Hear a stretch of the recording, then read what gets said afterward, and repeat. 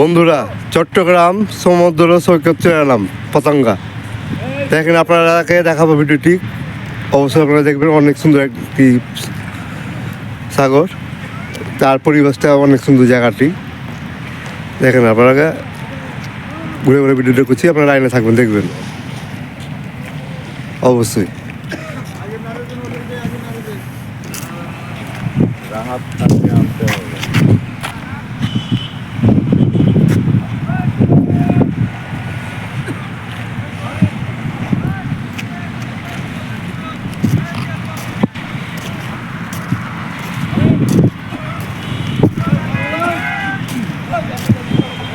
চলুন জাহাঙ্গীর ভাই, ওদিকে একটু